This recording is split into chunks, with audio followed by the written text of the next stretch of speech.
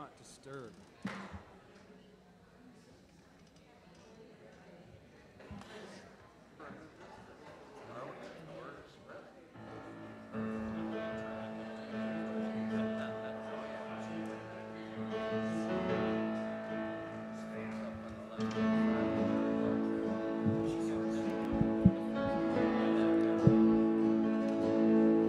Love is a rose, but you better not pick it. It only grows when it's on the vine. Handful of thorns and you know you've missed it. You lose your love when you say the word mine. I want to see what's never been seen. I want to live that age-old dream. Come on, boy, let's go together and live the best right now. Take the best right now. Love is a rose, but you better not pick it. It only grows when it's on the vine. Handful of thorns and you know you've missed it. Lose your love when you say the word mine. I want to go to an old hoedown long ago in a western town. Pick me up when my feet are dragging. Give me a lift and I'll hay your wagon. Love is a rose, but you better not pick it. It only grows when it's on the vine. Handful of thorns and you know you've missed it. Lose your love when you say the word mine.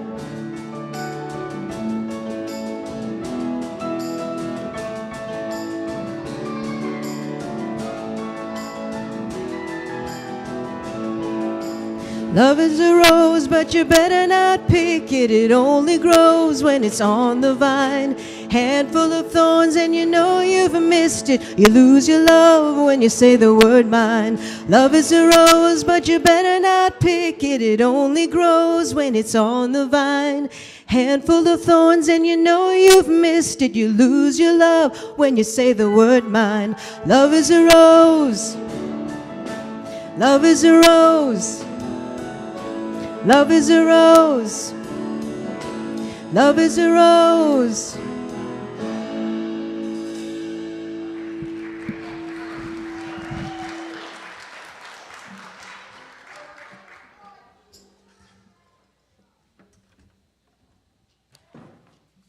Good morning.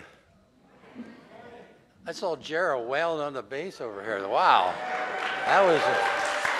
that was impressive, I'll tell you. Well, welcome to First Unitarian Church. I'm Ed Ryder, your morning worship associate. Our church is a place where you're free to be you, your full identity, your questioning mind, and your expansive heart. Our mission is to welcome all with love and to support learning and spiritual growth, to serve our wider community, and to work for justice, equity, and inclusion. Please make sure to read all the announcements and the inserts in today's order of service, where you can find important information regarding accommodations, upcoming events, and our new process for collecting donations and joys and concerns. Regarding our new collection process, we want to make a moment to remind you why we're making this change. By taking away the offering and the passing the plate, we can create more time in the service. This allows us the opportunity to add some more spiritual elements, meditation, expanded silence, or a reading or two. So if you'd like to keep that in the service, let's adjust to this new way of collecting donations and handing in joys and concerns. So we don't have to go back to passing the plate, and the ushers will probably appreciate that too. The flowers this morning are donated by Jean Rolling in honor of Joe Rolling, and boy, they are gorgeous. Thank you, Jean. Today there'll be two forums to discuss the bylaw revisions you received via email, which were also introduced last week at the congregational meeting. Today, after the service here in the sanctuary, there will be a forum, and then there will be one on Tuesday, February 27th at 7 p.m. via Zoom. And then there will be a vote on the proposed bylaw amendments at a special congregational meeting on March 17th. So before we begin our actual service, let's take a moment to wave to the people watching at home. And rise and greet our neighbors or say hello on the chat. And when I ring the singing bowl, we'll all get back to our seats. Welcome, everyone.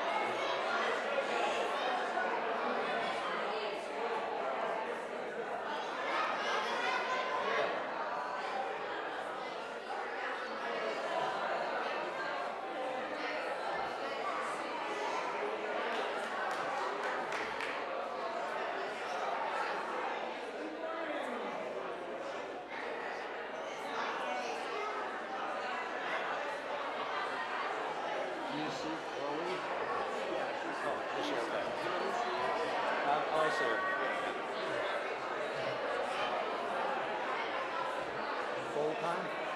I think so. Okay.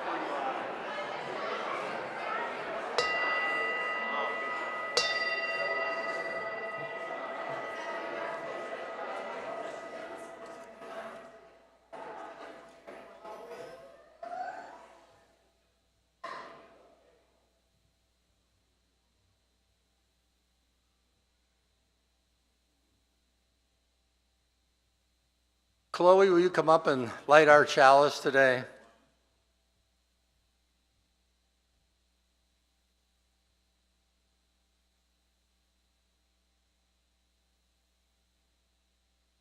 Thank you. And the day came when the risk to remain in the bud was more painful than the risk it took to blossom. Our first hymn this morning is number 346. Come sing a song with me in the gray hymnal. Please rise as you're able.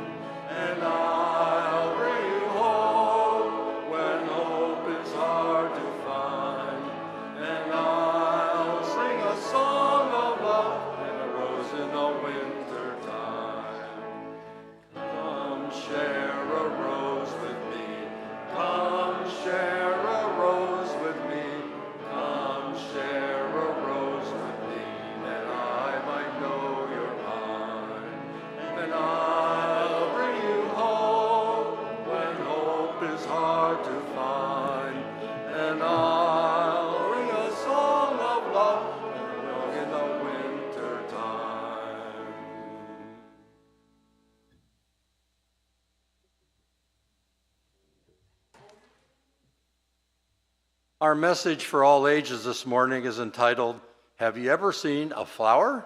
By Peter Reynolds, and Molly Gillespie is leading the reading.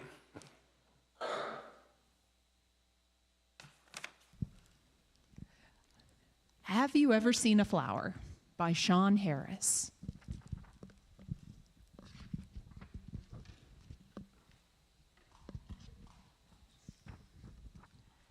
Have you ever seen a flower? Have you seen a flower? I mean, really seen a flower.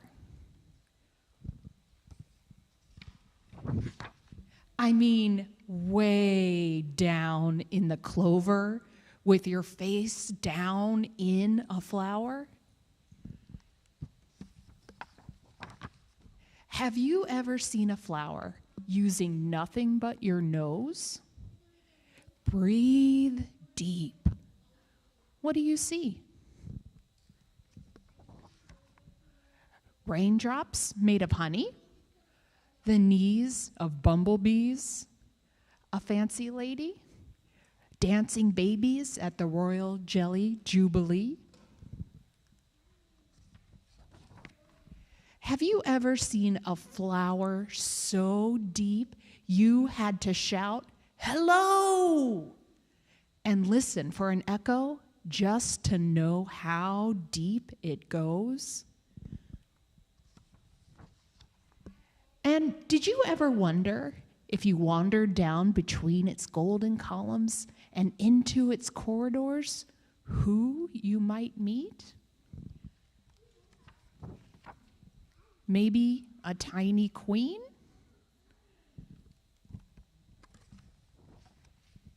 Have you ever felt a flower? Do a flower petal's veins feel like the veins beneath your skin? Have you ever pricked your finger or fallen on your knee and seen the brilliant color of your life? Does anyone know the scrape? And seen red?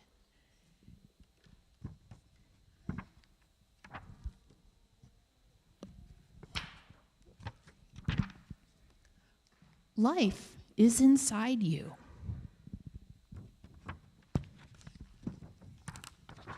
Life is all around you. Now, put your hands on your belly and say, "This is my stem."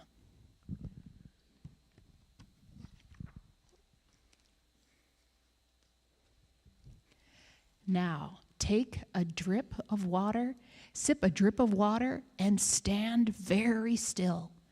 Feel it slip and trickle all the way down to your roots. Do you feel yourself growing? Do you feel yourself stretching toward the sun, ready to burst and bloom?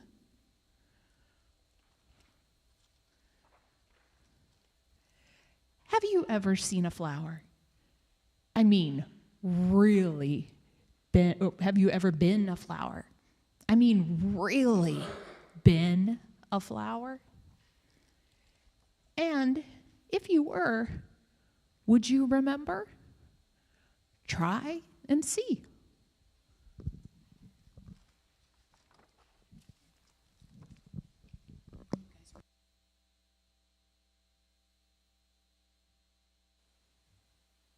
Thank you, Molly. Now it's time for the children to go to class.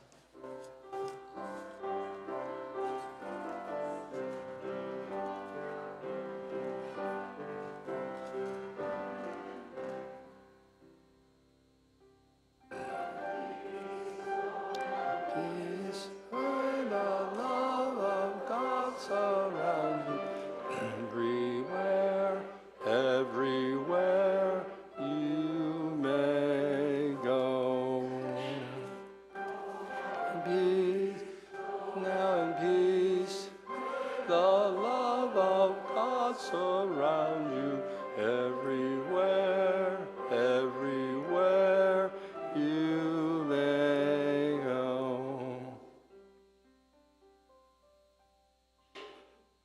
On the subject of sharing the plate, once a month we select an organization or cause for which we collect funds as part of our congregational outreach.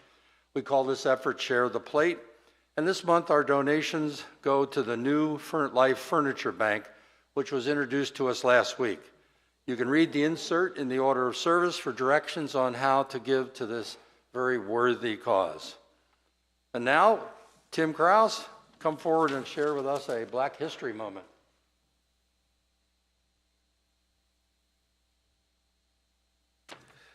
Good morning, everyone.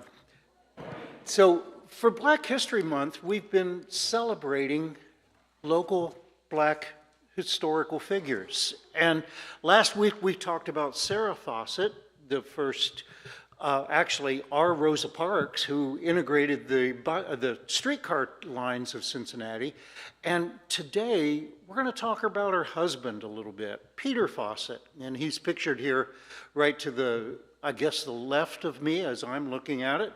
And Peter is an interesting character because Peter grew up on Thomas Jefferson's plantation, Monticello. And when Thomas Jefferson died, he had it in his will that all of the people that were associated to him by blood and to Sally Hemings, and Peter was a grandson of Sally Hemings, was going to get their emancipation. Well, when Thomas Jefferson died, Peter was 11 years old, and he was spirited off by the estate auctioneer before the family could get a hold of him, and he was sold. It took 24 years for his family to track him down and purchase his freedom. So in 1850, 24 years after Thomas Jefferson died, Peter Fawcett got his emancipation. He came to Cincinnati and became an active participant in the Underground Railroad here in Cincinnati, ultimately marrying Sarah Fawcett, who we learned about last week. And Peter also then was a leader of the Black Brigade. He was the captain of the Black Brigade, and the Black Brigade during the Civil War built Fort Wright and Fort Mitchell to prevent the advancing Confederate Army from attacking Cincinnati.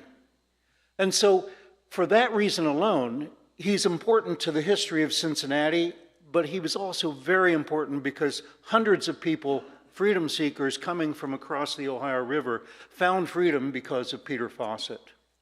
Now, his relationship to our congregation was that he was a very close friend to our Peter Clark and Francis Clark, who we'll be talking about in succeeding weeks.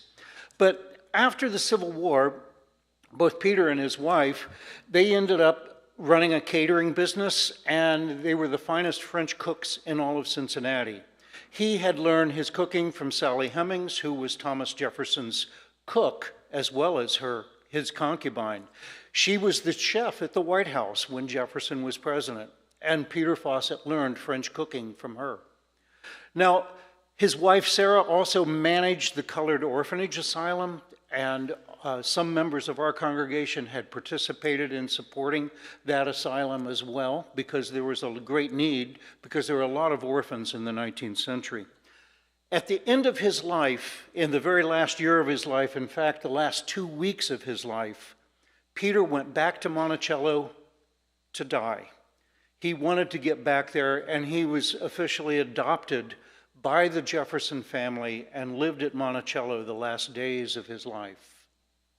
So one more important person from the history of Cincinnati and the history of this country.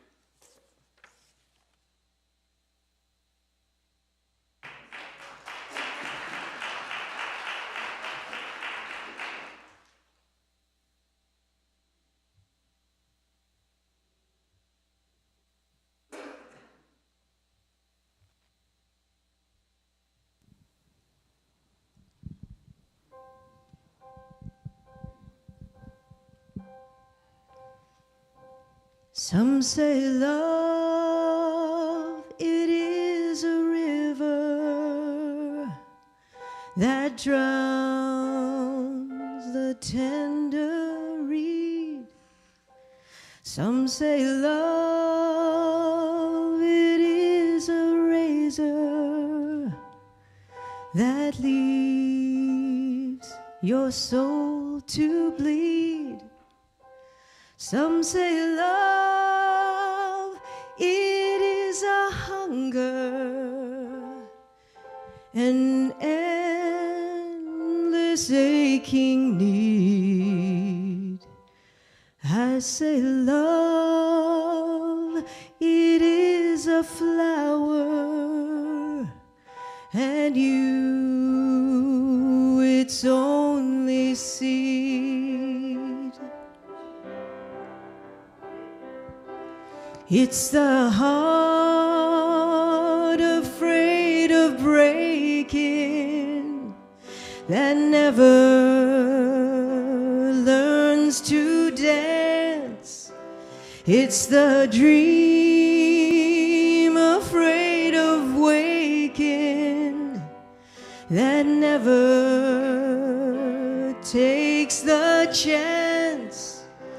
It's the one who won't be taken, who cannot seem to give. And the soul afraid of dying that never learns to live.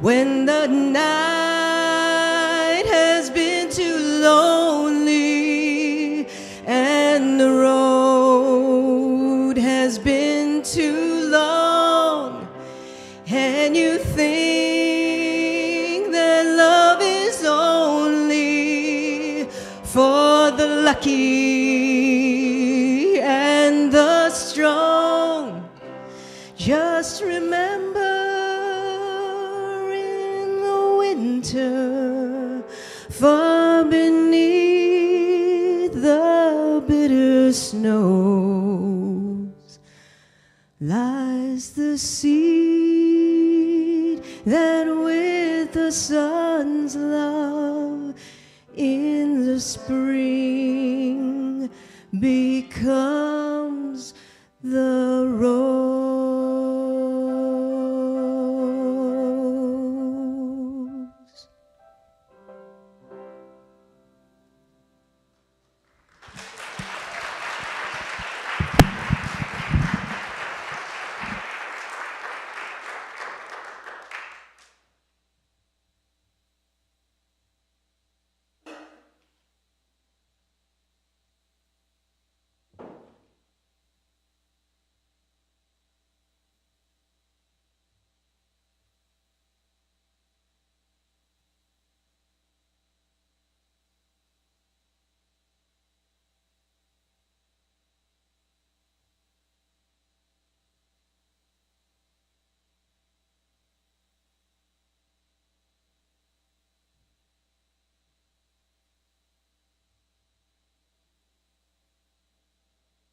A little more volume. There we go. Is that too much? We're good? Yeah? Okay. So this is a very self-indulgent morning for me. But I thought, I'm a romantic at heart, and it's Valentine's Day this weekend. So why not exploit that fact and make today a day of love and romance and roses? So I'm going to share with you a quote-unquote reading, which is about 80% of this morning's sermon. It is The Nightingale and the Rose by Oscar Wilde.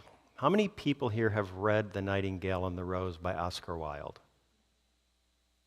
Just a few people, which is usually, that's about 5% of us, which is usually the number of people who raise their hands whenever I do this. And so I think that just this 15 to 17 minute reading alone is worth reading just so you have experienced The Nightingale and the Rose by Oscar Wilde.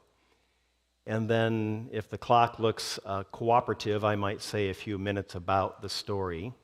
Then we'll sing our second hymn, and I've got just one poem I want to read to you before we end today. And as a reminder, we have the discussion around the bylaw amendments that we're proposing. And so I think we're going to do that immediately following the service. So stay seated if you would. Once again, no reception line. And we're going to withhold coffee from you until after the meeting. So the meeting will be quick, yes?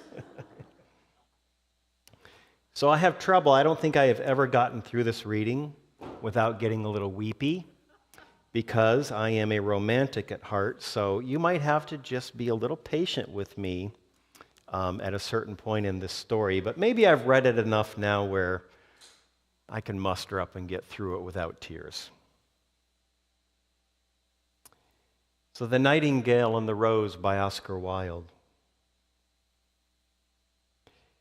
She said that she would dance with me if I brought her a red rose, cried the young student. But in all my garden, there is no red rose. And from her nest in the holm oak tree, the nightingale heard him, and she looked out through the leaves, and she wondered. No red rose in all my garden, he cried, and his beautiful eyes filled with tears. Ah, on what little things does happiness depend? I have read all that the wise men have written, and all the secrets of philosophy are mine. Yet for want of a red rose, my life is made wretched. Here at last is a true lover, said the nightingale. Night after night have I sung of him, though I knew him not. Night after night have I told his story to the stars, and now I see him, a true lover.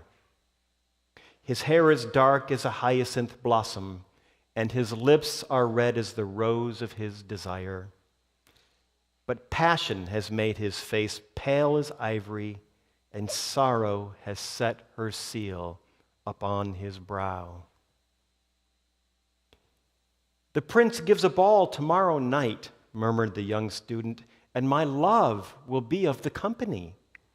If I bring her a red rose, she will dance with me until dawn.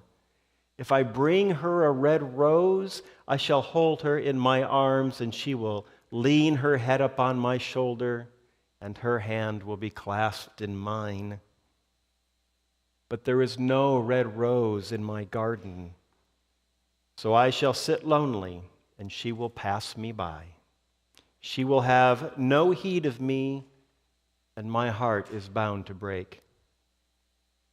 Here indeed is the true lover, said the nightingale. Of what I sing he suffers. What is joy to me, to him is pain. Surely love is a wonderful thing. It is more precious than emeralds and dearer than fine opals. Pearls and pomegranates cannot buy it, nor is it set forth in the marketplace. It may not be purchased from the merchants, nor can it be weighed out in the balance for gold. The musicians will sit in their gallery, said the young student, and play upon their stringed instruments, and my love will dance to the sound of the harp and the violin. She will dance so lightly that her feet will not touch the floor, and the courtiers in their gay dresses will throng around her. But with me she will not dance, for I have no red rose to give her. And he flung himself down on the grass, and he buried his face in his hands, and he wept. Why is he weeping? Asked a little green lizard as he ran past him with his tail in the air. Why indeed? Said a butterfly who was fluttering about after a sunbeam. Why indeed? Whispered the daisy to his neighbor in a soft, low voice. He is weeping for a red rose, said the nightingale. For a red rose, they cried. How very ridiculous. And the little lizard, who was something of a cynic, laughed outright. But the nightingale understood the secret of the student's sorrow, and she sat silent in the oak tree, and she thought about the mystery of love. Suddenly she spread her brown wings for flight and soared into the air. She passed through the grove like a shadow, and like a shadow she sailed across the garden. In the center of the grass plot was standing a beautiful rose tree, and when she saw it, she flew over to it and lit upon a spray. "Give me a red rose," she cried, "and I will sing you my sweetest song." But the tree shook its head. "My roses are white," it answered, "as white as the foam of the sea and whiter than the snow upon the mountains. But go to my brother who grows round the old sundial, and perhaps he will give you what you want." So the nightingale flew over to the rose tree that was growing around the old sundial. "Give me a rose," she cried, "and I will sing you my sweetest song." But the tree shook its head. "My roses are yellow," it answered, "as yellow as the hair of the mermaiden who sits upon an amber throne, and yellower than the daffodil that blooms in the meadow before the mower comes to mow. But go to my brother who grows beneath the student's window, and perhaps he will give you what you want." So the nightingale flew over to the rose tree that was growing beneath the student's window. "Give me a red rose," she cried, "and I will sing you my sweetest song." But the tree shook its head. "My roses are red," it answered, "as red as the feet of the dove, and redder than the great fans of coral that wave and wave in the ocean. But the winter has chilled my veins, and the frost has nipped my buds, and the storm has broken my branches, and I shall have no roses whatsoever this year." "One red rose is all I want," cried the nightingale. "Only one red rose. Is there no way you can give me one red rose?" "There is a way," answered the tree, "but it is so terrible that I dare not tell it to you." "Tell it to me," said the nightingale. "I am not afraid." "If you want a red rose," said the tree, "you must build it out of music by moonlight, and you must stain it with your own heart's blood."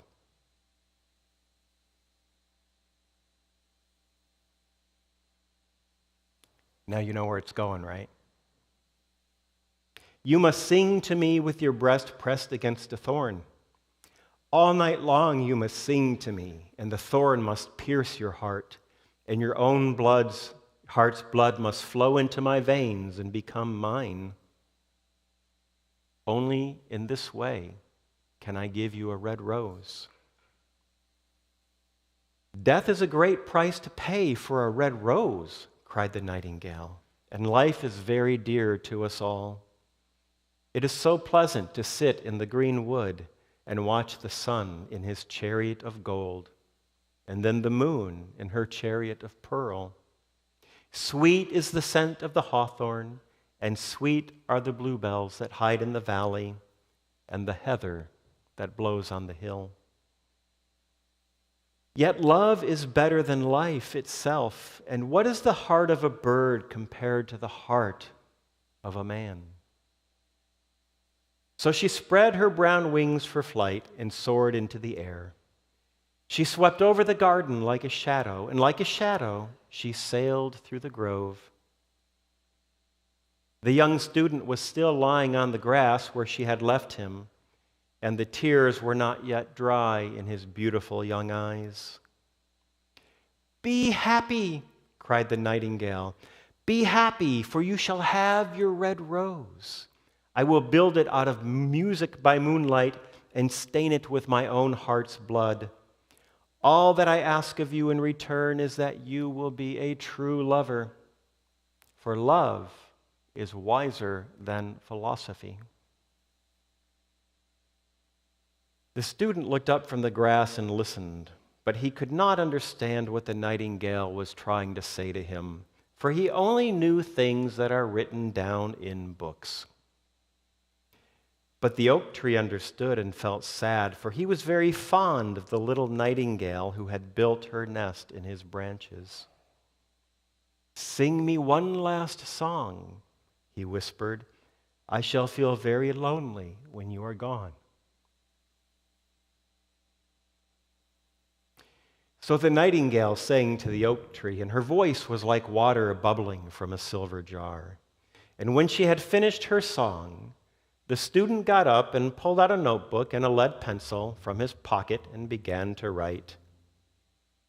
"She has form," he wrote, as he walked through the grove. "That cannot be denied a nightingale. But has she got feeling? I'm afraid not. In fact, she is like most artists. She's all style without any sincerity. She would not sacrifice herself for others. She thinks merely of music, and everybody knows that the arts are selfish. Still, it must be admitted that she has some beautiful notes in her voice. What a pity it is that they don't mean anything or do any practical good."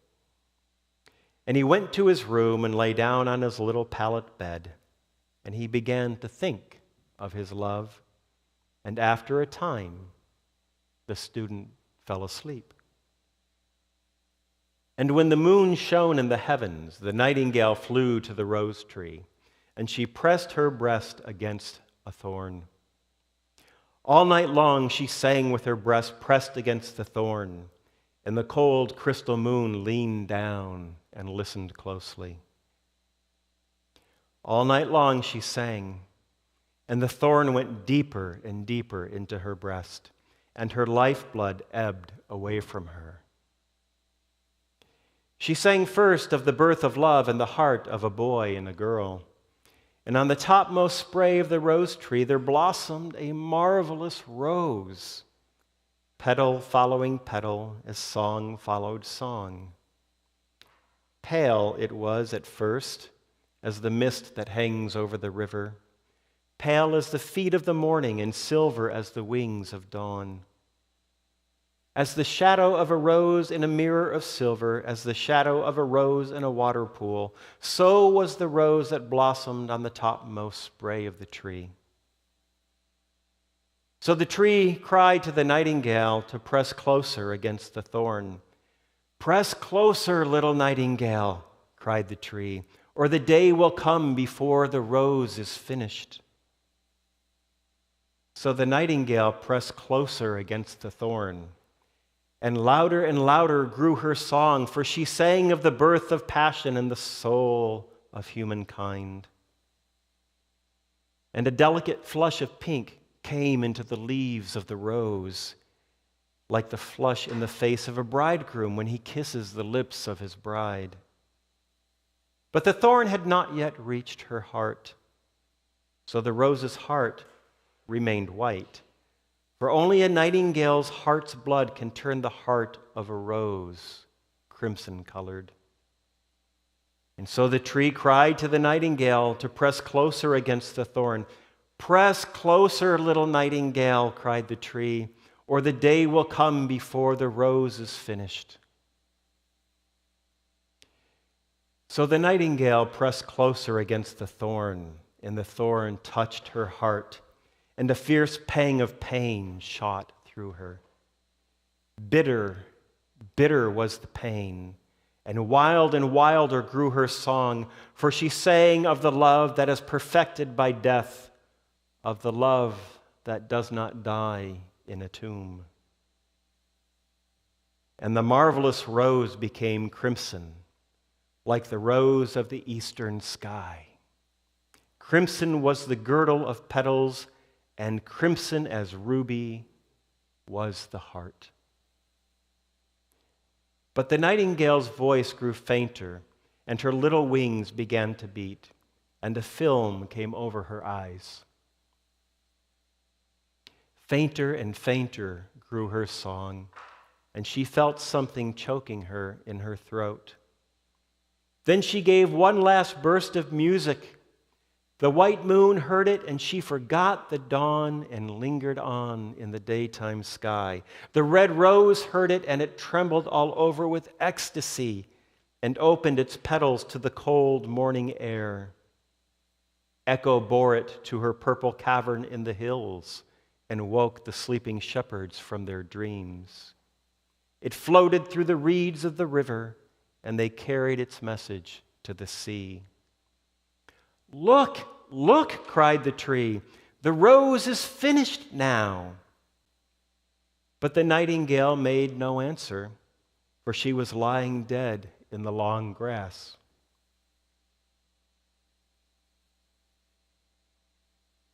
With the thorn in her heart. But at noon, the student opened his window and he looked out. "Why, what a wonderful piece of luck," he cried. "Here is a red rose. I have never seen any rose like this rose my entire life. It is so beautiful. I'm sure it must have a long Latin name." And he leaned down and he plucked it. Then he put on his hat and he ran up to the professor's house with the rose in his hand. The professor's daughter was sitting in the doorway, winding blue silk on a reel, and her little dog was lying at her feet. "You said you would dance with me if I brought you a red rose," cried the student. "Here is the reddest rose in all the world. You can wear it tonight next to your heart as we dance together. It will tell you how much I love you." But the girl frowned. "I'm afraid it will not go with my dress," she answered. "And besides, the Chamberlain's nephew has sent me some real jewels, and everybody knows that real jewels are more valuable than flowers." "Well, upon my word, you are very ungrateful," said the student angrily. And he threw the rose into the street, where it fell into the gutter, and a cartwheel ran over it. "Ungrateful," said the girl. "I'll tell you what, you are very rude after all. Who are you? You're only a student. Why, I don't believe you have even got silver buckles to your shoes like the Chamberlain's nephew has." And she got up from her chair, and she went inside the house. "What a silly thing love is," said the student as he walked away. "It is not half as useful as logic, for it does not prove anything, and it is always telling one of things that are not going to happen, and making one believe things that simply are not true. In fact, it is quite unpractical, and as in this age to be practical is everything, I shall go back to philosophy and study metaphysics." So he returned to his room, and he pulled out a great dusty book, and he began to read.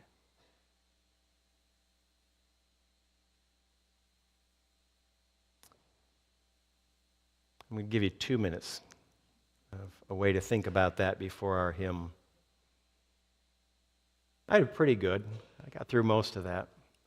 I love that story, not just because it's tragic romance, which I find incredibly alluring as a romantic myself, but there are a couple of themes in this story that I think are really, really powerful. One is the theme of sacrifice, which I'm not going to talk about. And the other is the theme of love and philosophy and their relationship or lack thereof to one another. So it was probably pretty clear here we're dealing with a young male student who loves philosophy. And we're dealing with the Nightingale who personifies love itself. And so if you go back about 2,500 years, there was this scoundrel named Plato. And Plato wrote this incredibly impressive book called The Republic. And in The Republic, Plato is trying to explain to people what would make the best governance of the state. And he thought the state should be run by philosopher kings. You know, given today's political landscape, I rather like that idea. In fact, Plato warned us almost 2,500 years ago that democracy will eventually give way to the lowest common denominator, but I don't want to digress. An educated populace is vital for a functioning democracy. But in the Republic, Plato wanted to ban the arts from the state because the arts stirred emotion, and emotion skewed thinking. So one could not be a proper philosopher king if under the sway of emotions. And ever since Plato, the philosopher Alfred North Whitehead once said, all Western philosophy is a footnote to Plato. 95% of it is, not all of it. But ever since Plato, philosophy has eschewed the emotions. And philosophy in the West has been very much an abstract, mental, analytic process. And so what we have here in the story is a young man who personifies that. And the Nightingale sacrificing herself as a personification of love in order to give the student an opportunity to engage love in his life. And I think that that opportunity for engagement of love is something that the Western philosophical tradition has unfortunately sacrificed. I went to school at the University of Michigan as an undergrad, and I studied philosophy, and I love philosophy, but I could see this already in my early 20s, that if I stayed in philosophy, the romantic part of me would never see the light of day, and I would become this mentally abstract, analytic creature, which I didn't want to become. So I became a minister instead, which I think was the right choice for me. And love has become the central piece of my ministry. It is both the path and the goal, and you already know me within 6 months well enough to know that I talk a fair amount about it. So I think that love needs to be returned to its place as a philosophy of life alongside of the analytic tradition. We need to overcome Plato, which is what I think this story, in a way, is trying to tell us. And the kind of love in this story which is so problematic is what the Greeks would call eros, or erotic love, and that is romantic love.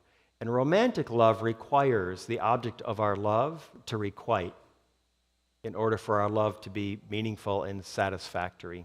And in the story, the student suffers unrequited love, and so it's a source of suffering for him. But when I talk about love being returned to a place in philosophy where love itself can be a philosophy, I'm talking about what the Greeks would call agape, unconditional love. And if we see unconditional love as a philosophy itself, what are we engaging? We're engaging a life path where love is the path and love is the goal.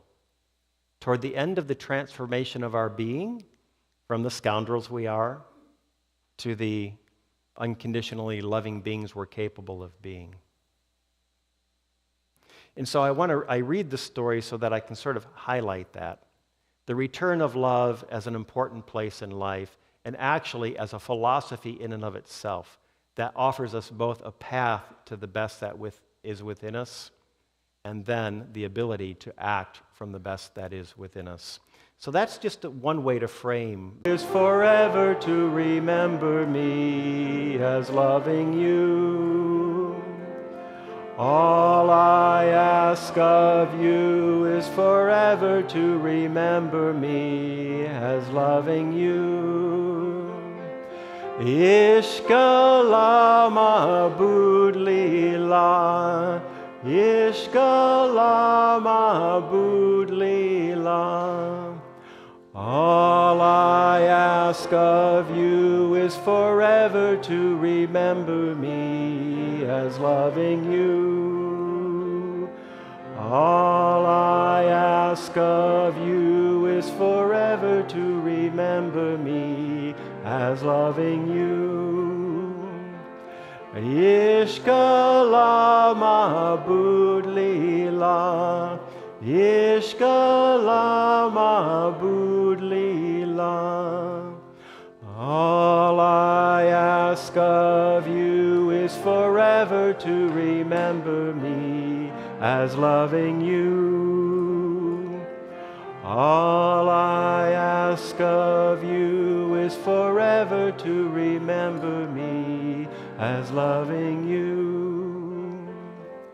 Ishkala ma'bud lila, Ishkala ma'bud lila.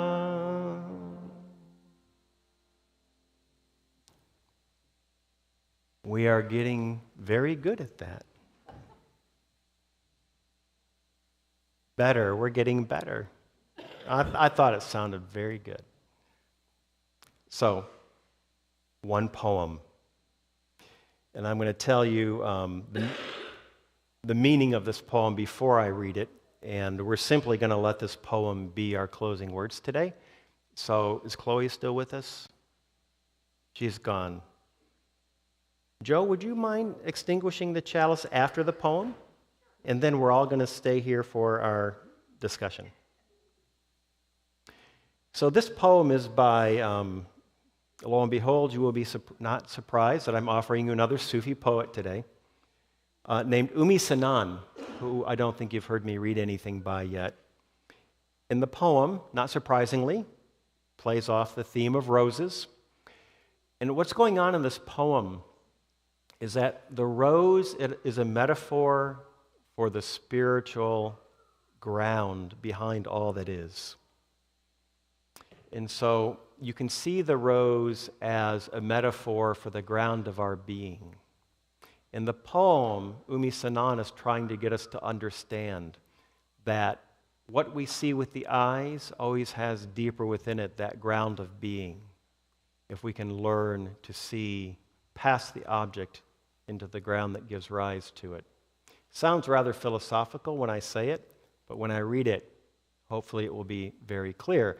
And so it's just a way to exhort us at all times. Try to remember always also to see the roses.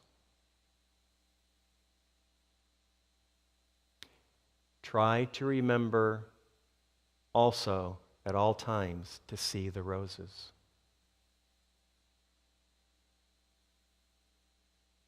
I dreamt I came to a great city whose palace was nothing but roses. The crown and the thorn of its sultan, his garden and chambers were roses. Roses. Here they buy and sell nothing but roses. And the scales they use to weigh are roses. Roses. Weighing roses with more roses, the marketplace and the bazaar, all roses. The white rose and the red rose were coupled in the garden, both their faces turned toward the thorn. But the thorn and the petal, also roses, roses. The soil is the rose, stone is the rose, withered is the rose, and fresh is the rose. In the Lord's private gardens, the slender cypress and the maple, they're roses. Roses turn the water wheel. Roses ground the mill. As the wheel turns round and the water flows, its power and its stillness are the rose. The rose. And from the rose a tent appears, filled with every kind of offering. Its gatekeepers are the prophets. The bread they make, the wine they pour, they are roses. Roses.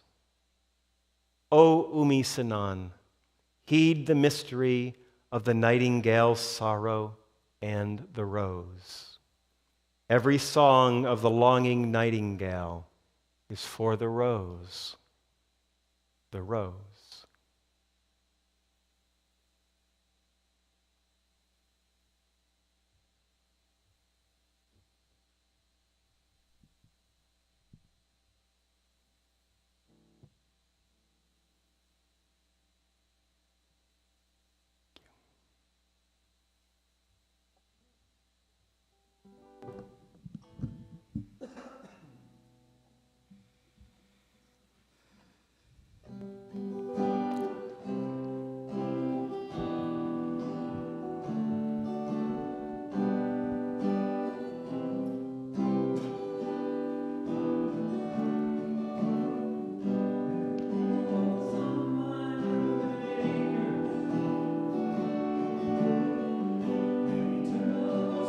Into fields of grace,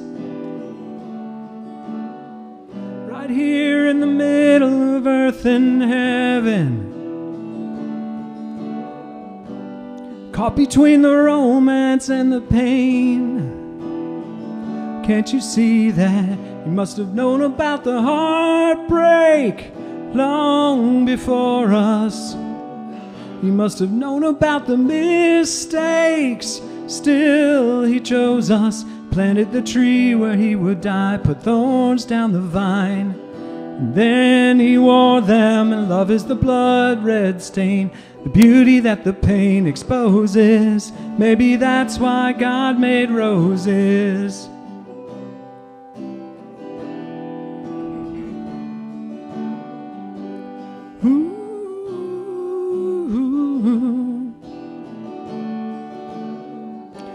God is in the whisper if you listen closely. Winter means that spring is just a breath away. So don't go any faster than this very moment. Sing a hallelujah in the pouring rain. Can't you see that you must have known about the heartbreak long before us? He must have known about the mistakes. Still he chose us, planted the tree where he would die, put thorns down the vine. And then he wore them, and love is the blood-red stain, the beauty that the pain exposes. Maybe that's why God made roses. God made roses. Ooh.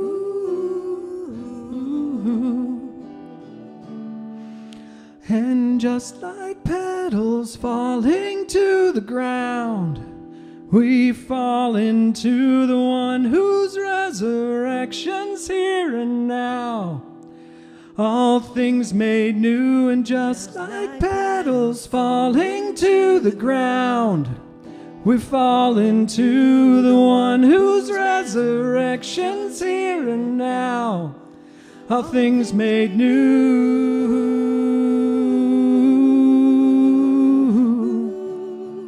Can't you see that you must have known about the heartbreak long before us?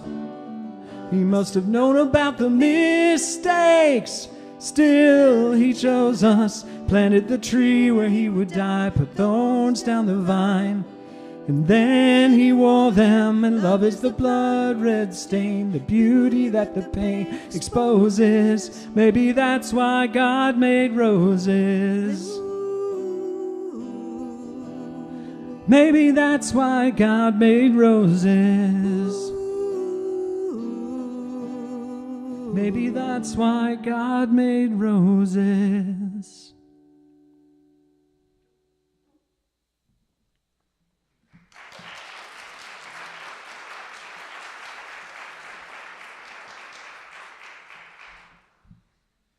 That's it. The movie's over. You can all go home now. Well, yeah, that's true. I am not singing. That's it.